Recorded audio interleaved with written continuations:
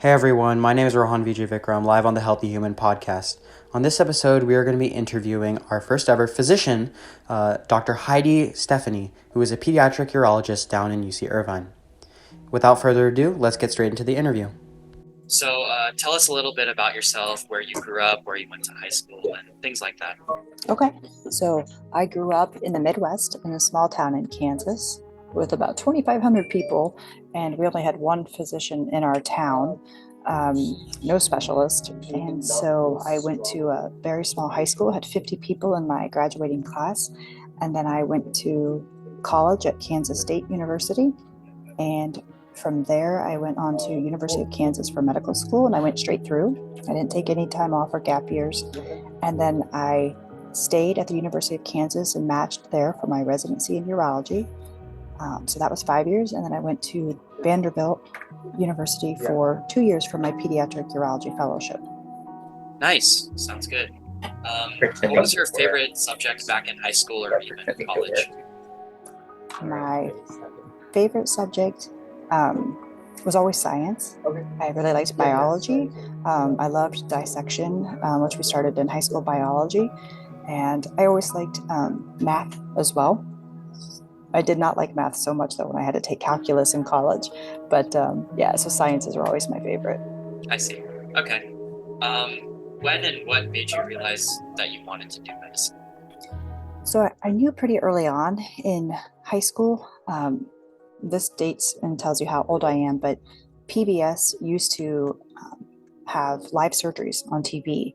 And I remember watching those one weekend when I was in high school, and I was like, wow, this was really cool. It was really fun to kind of watch the live surgery. It didn't gross me out or anything like that. And so I knew pretty early on I wanted to do medicine because I did like the math and sciences, and I thought it'd be really cool to help people. And surgery kind of always attracted me as well. I see. That's great. Has there ever been a moment, this is kind of relating to the previous question, has there ever been a moment where you felt that medicine wasn't for you? It's a really good question. And I think early on, no. I think when I've been now out on my own after training, yes, I think I've questioned it more so. And simply because I think what we don't realize, or what we go into medicine for, is we don't realize it is a business at the end of the day. And we don't want it to be a business. We don't want to be business. That's why we, chose something outside of that field, but it is. So I think at times it's frustrating when you have outside pressures from insurance or from financial sources of, kind of limiting what you can really do and help a patient. And I think that's been highlighted when I go to Africa and see, it reminds me why I did medicine, is because there really aren't that many constraints from a legality, and kind of healthcare system over there that really kind of says, oh, you can't do this. The insurance will cover that. That's not an issue. And so I think at times I get very frustrated with just the system we have here in the States. And sometimes it does wear on you a little bit when you're kind of limited to what you can really do to help the patient. Right. Was there any misconceptions, or is there a common misconception that people have about medical school or getting into medical school? So I thought about this question. I had two great answers. Oh, I remember them now. My first misconception was, everyone said college are the best years of your life. That's where you have a lot of fun and get that out of your system before you go to med school. And so my first misconception of medical school, that it was going to be not fun and just rigorous work, which it is, don't get me wrong, but it was a lot of fun. And my medical school, we had lockers. I mean, I felt very much like I was almost going back to high school. But it was really fun. I made great friends. They had, it was kind of in the trenches together. So it was fun. But my other misconception was, I thought med school was kind of, that's where you're learning how to be a doctor. But really, that's your residency. That's where you really kind of almost do an apprenticeship. Well, you are, it's an apprenticeship. And that's where you're really kind of focusing in on that one area, that is going to be your life. I've learned a lot about the heart and cardiology and pulmonology, and I use that in my everyday practice, but not I didn't get the additional training in that. So that's not something I could just go and give advice for cardiology questions or things like that, because I really honed my skills in one specific area, and me even more so with pediatric urology. I'm super subspecialized. Yeah, that's great. And I think a lot of people are steered away from medical school from all these like bad misconceptions about it. And I guess this kind of transitions to a different question. So, how was the medical admissions process for you? And could you describe what it felt like doing the interviews and taking MCAT? Sure. So I knew, again, when I went into college, I was pretty set that I'd go to medical school, and I was hopeful of that. And so I did a lot of shadowing and started working with from one of my shadowing experiences, got offered a job as sort of a medical assistant with an ear, nose, and throat doctor.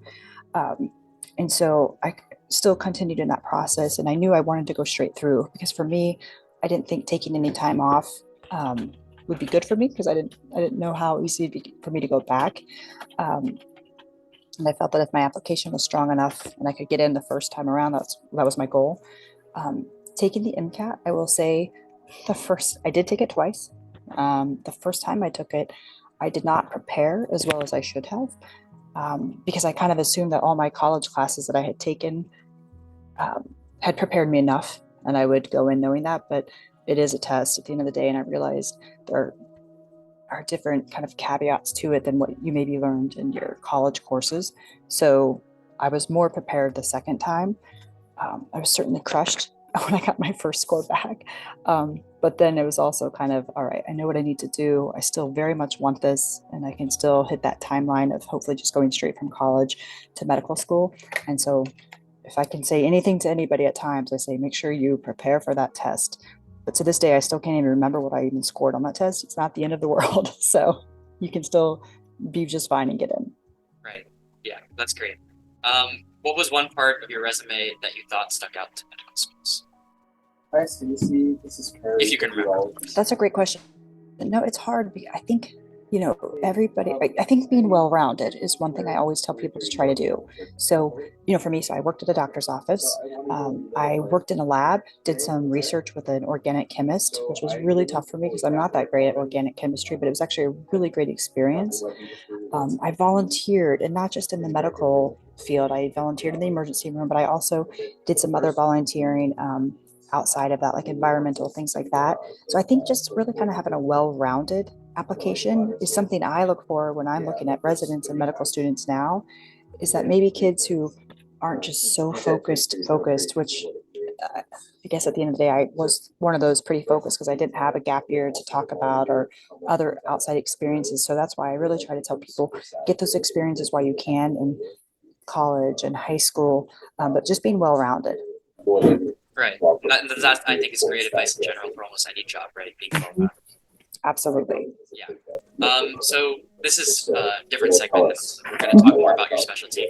So could you tell me and the audience a little bit about your specialty and what you do?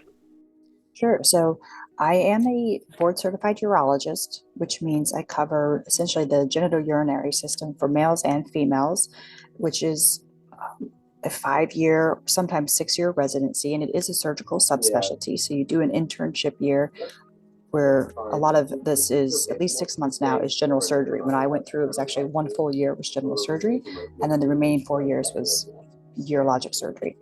And then I subspecialized in pediatric urology, which is an additional 2 years, sometimes even 3 years, depending on where you train, of focusing just on urological disease processes in children and operating on children.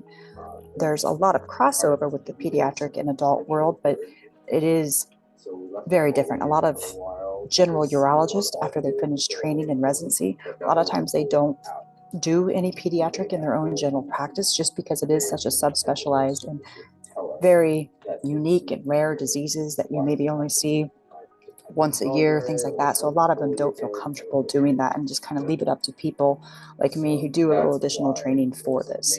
Right. Yeah.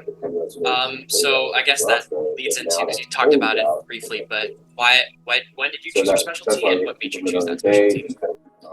So I actually chose my specialty quite late in residency. Typically, you start applying for fellowships your 4th year out of the 5 years of training. So by the time you're a 3rd year in training, you kind of need to start figuring out where you want to go. I actually came into residency thinking that I would specialize in urologic oncology, doing bladder cancer, prostate cancer, kidney cancer, testicular, penile cancer, because I really liked the big open cases. I really appreciate the disease process with cancer and the fact that in urology you get long-term care with your patients.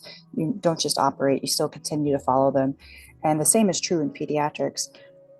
But pediatrics was unique in a way that it was a lot of reconstruction too, a lot of reconstructive surgery and almost kind of plastic surgery in some regards to what we do with our penile work, but also you still have bigger cases. You still have big oncology cases in pediatric patients. You still have big reconstructive cases with neurogenic bladder, and then you also have more of your bread and butter type of things. And so it's a really wide range. And I think in pediatric urology, you can still use your entire surgical skill set. You do robotics, you do open, you do laparoscopy. So while it's super focused, it's maybe not as super focused on things like men's health, where all they're sometimes doing is just scrotal surgery or penile implants and things like that. So you still have that wide breadth of surgical experience in pediatrics. And I think I gravitated a lot towards the pediatric attendings I worked with as well.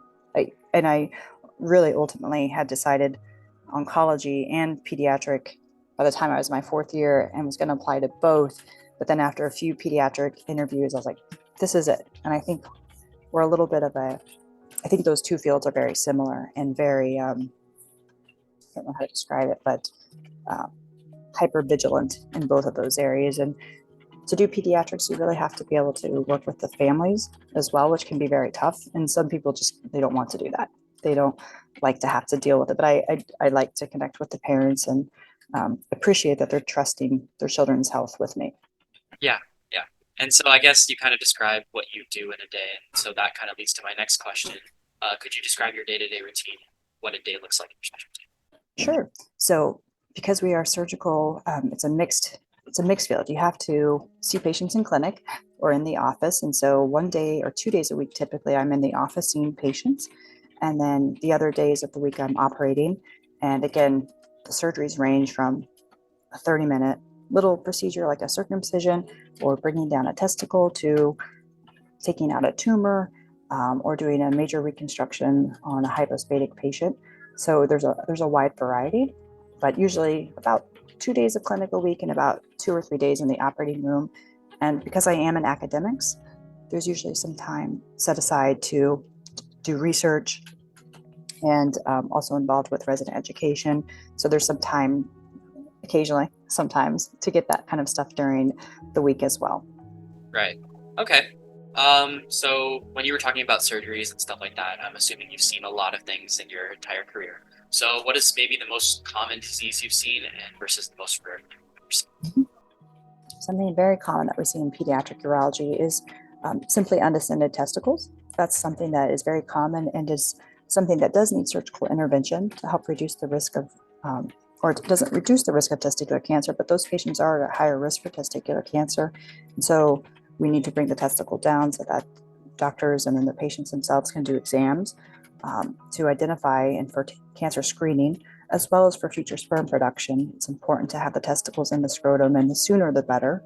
So that's kind of a very common bread and butter, as well as hypospadias, where this is where the urethral meatus is not quite at the tip of the penis. It can be anywhere, and it could be very distal or it could be very proximal. And some of those kids could have or require multiple surgeries to help correct the penis and ensure that it's straight and that they can stand to void and have healthy reproduction if they so desire. So hypospadias and undescended testes are really kind of a bread and butter type of thing in urology. Some of the most rarer things that we see, or more rare things, are the bladder exstrophy, where the bladder is on the outside of the baby's body, which is easily noticed at birth and a lot of times even prenatally diagnosed, as well as cloacal anomalies, where they may be born with one opening, where the rectum, vagina, in a female and urethra all kind of joined together in one common channel, and we have to separate those. Those are kind of more of the rarer things that we see. And then sometimes the more proximal hypospadias, which just means that the opening is much further down, like near the scrotum and things like that, where they may require a couple of surgeries. And I think it's really unique being a pediatric urologist like yourself to see all these different things, in your career.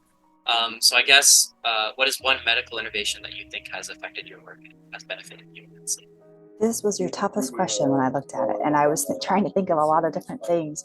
But my time in Africa has really made me appreciate the simple cystoscope / resectoscope, and what that is simply a camera that can go in through the P tube and basically open up one of the more common conditions that we'll see in urology and pediatric urology is posterior urethral valves. This is something that happens in boys, and it's usually identified prenatally, depending on which part of the world you live in, but it can cause severe renal impairment and is one of the leading causes of renal dysfunction and need for transplant in young boys.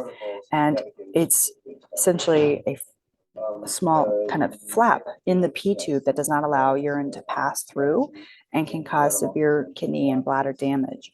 And in the United States here, again, we usually know about it prenatally. And when the baby's born, we'll put a catheter in, and then we can take a tiny camera, go in through the P tube and the urethra and open up those valves. Simple. In Africa, they don't have scopes that small for children. And a lot of those children are not identified until much later, when they may present with acute kidney injury and chronic kidney disease.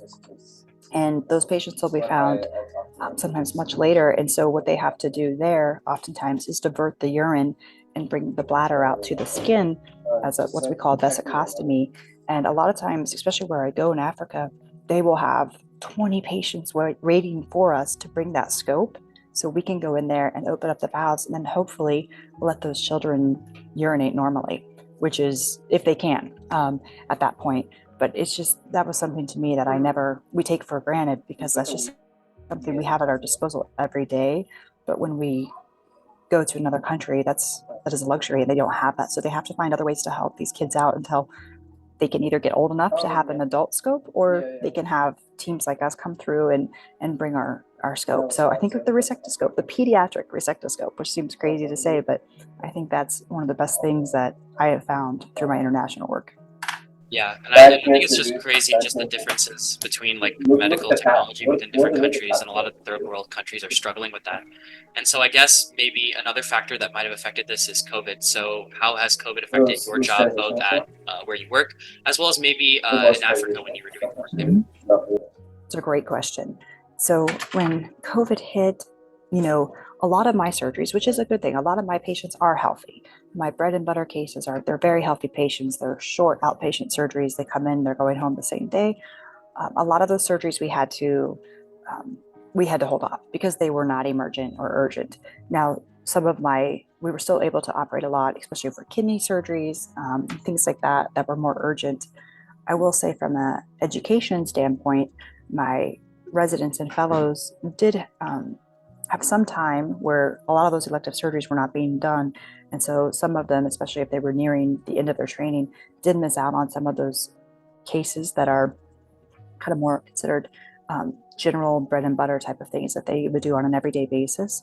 But fortunately, pediatrics especially wasn't hit as hard as the adult world. So we were able to safely start resuming those surgeries fairly quickly with testing and things like that. We still test every patient that we operate on. Occasionally I had to operate on emergent cases with COVID, but that was fairly rare for me from that standpoint. But, we did okay. It wasn't as horrible as I think other specialties felt, because for the most part, the pediatric population did fairly well with avoiding COVID initially. From my international standpoint, we couldn't travel. So we had to take a 2-year hiatus, essentially. It was 2 years, 2.5 years, I guess, where we could not travel. But we took the first trip out with my organization in April, and we're able to get back to Africa and work with our partners over there. But it was interesting to see how they had been impacted also, and are still being impacted, I think, as well. But it's definitely not as aggressive with testing, just for the simple resources. But fortunately, a lot of our colleagues over there were able to get vaccines and things like that, which was great to hear. Right. Yeah. So I guess kind of on that tangent, you've done a lot of work in your life in this field. You've seen a lot of people. Has there ever been a patient that has had a major impact? We've done a lot, yes. And I was trying to think of this question too. I think even starting in medical school, I had a patient who had liver failure and allowed me to do a paracentesis when I was a medical student on him, with the direction of my resident and things like that. But, he had mentioned how he's like, oh, that was so great. You would be a great surgeon. He knew I didn't want to do medicine, internal medicine, but he was like, you'll be great, as a surgeon. And to this day, I mean, that patient really sticks with me. But I think, and then throughout residency, you really develop good friendships and relationships with these patients, especially my oncology patients. I would get attached to, especially working at the VA. I loved those patients. They were so grateful. And then anytime I've been following a lot of prenatal patients that I'll see even before they're born. I'll meet the families, and seeing them grow up has just been really fun. And occasionally getting a text from a mom just letting me know that her daughter's now toilet trained, and she's got one kidney that was blocked, and I continue to see her. And it was just it's really neat when they come back, and see them grow up is really cool. Yeah, and I think that's part of the very rewarding aspect of medicine. Seeing the patient's health and increase and do better. And I guess this is more of a spontaneous question. I didn't tell you about this before. I wanted to add it because I was thinking about this. But how do you prevent burnout in your career? That's a great question, and one that I am still trying to figure out and grapple with. I think for me, a lot of times it's doing my international work, because it does kind of restore my faith in medicine and kind of renew my excitement for it and why I do it. And it's the little things like seeing these patients and coming back, and the little, and I'll even tell families if they send a little message or saying thank you and just letting you know this is her picture. She's now 5 years old. It's amazing. And it's those things that keep you going. And anytime I get, a thank you or anything from a patient or something like that, or a picture, a drawing that a child drew for me, I put it up in my office and I keep it out so I can see this and remind myself, this is why I do this. And without the patients, I would have gone a long time ago. So try to keep yourself grounded, and then having close colleagues that you can talk to, because times will get tough. There's a lot of stuff that happens, because at the end of the day, it's still a lot of risk with what we do. And so having a close connection of colleagues in an outlet for you is really beneficial. And teach, and not even just, mentors are fantastic and you need your mentors, but just having your close friends nearby as well, or even if it's texting, as your support group is really, really helpful. Yeah. That's amazing, and that's really, really great advice for anyone who's willing to kind of pursue this career. And I guess for the last question here, if you could go back in time and talk to your younger self, what advice would you give to yourself or anyone who plans on pursuing this sort of career? One practical thing I would recommend and wish I had done is take more business classes in college. Maybe that would have, or in medicine, I think in medical school, they should be offering more business classes, because we don't get that exposure. At least I did not. So that's one practical thing. And then the other thing,